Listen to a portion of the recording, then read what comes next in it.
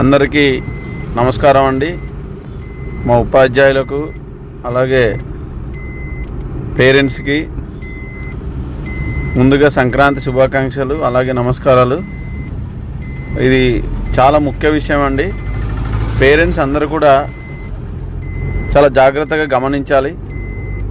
మరి 10వ తరగతి అలాగే ఇంటర్మీడియట్ చదువుతున్నటువంటి విద్యార్థులు సంబంధించిన తల్లిదండ్రులందరూ కూడా మరి 100 డేస్ యాక్షన్ ప్లాన్ అంటే 100 రోజుల పరీక్ష ప్రణాళిక జరుగుతూ ఉంది ప్రతి స్కూల్లో కూడా. ఆ 100 రోజుల పరీక్ష ప్రణాళిక కోసమని మనము ఏ టైంలో ఏ సబ్జెక్ట్ చదవాలి అన్నీ వివరంగా పొందుపరచబడింది. అలాగే ఈ సంక్రాంతి సెలవుల్లో కూడా ఏ రోజు ఏం చదవాలనే పరీక్ష ప్రణాళిక సమయంతో పాటుగా నిర్దేశించబడింది. కావున ప్రతి తల్లిదండ్రులు కూడా మీ యొక్క పిల్లలకి పరీక్షలు దృష్టిలో ఉంచుకొని వాళ్ళు చదువుతున్నారో లేదా గమనించవలసిందిగా కోరుతున్నాము. ఇన్ని రోజులు మా ఉపాధ్యాయులు రోజు స్కూళ్ళలో మరి వాళ్ళకి 10వ తరగతిలో మంచి మార్కులు రావడం కోసమని 100 రోజుల ప్రణాళికని సమర్థవంతంగా మరి ఇంప్లిమెంట్ చేయడం జరిగింది. కానీ ఇప్పుడు సెలవులు వచ్చింది కనుక ఈ సెలవు రోజుల్లో కూడా పిల్లలు తప్పనిసరిగా రోజు ఉదయం నుండి సాయంత్రం వరకు మేము ఒక టైం టేబుల్ ఇవ్వడం జరిగింది.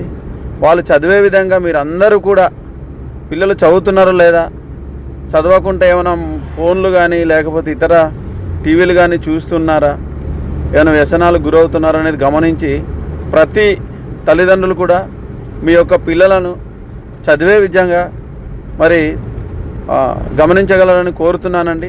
ఎందుకంటే ఇన్ని రోజులు సంవత్సరం నుండి చదువుతున్నటువంటి చదువుకి ఈ 10 రోజులు గ్యాప్ వల్ల వాళ్ళు కొంచెం వెనకబడే అవకాశం ఉంది.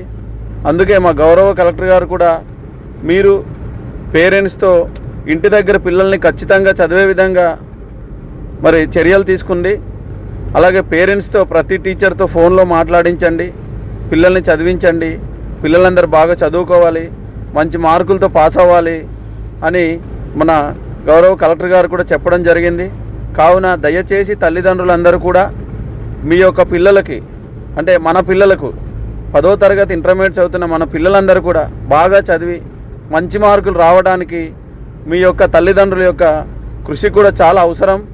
కాబట్టి తప్పనిసరిగా మీ తల్లిదండ్రులందరూ పిల్లల్ని పరీక్షకి సిద్ధం చేయడానికి ఈ 10 రోజులు మాత్రం మీ వంతు కృషి అందించాలని కోరుతున్నానండి. మళ్ళీ సెలవులైన తర్వాత స్కూళ్ళలో మధ్యాహ్నం అప్పుడు చదివిస్తారు, అలాగే సాయంత్రం అప్పుడు మీరు ఇంట్లో చదివిస్తారు. కానీ ఈ 10 రోజులు స్కూల్ లేదు కనుక ఈ 10 రోజులు మీరు ఖచ్చితంగా మరి మధ్యాహ్నం పూట కూడా పిల్లలకి చదివించవలసిందిగా మరి కోరుతున్నానండి. ఇట్లు డిఓ అనకాపల్లి. నమస్తే అండి.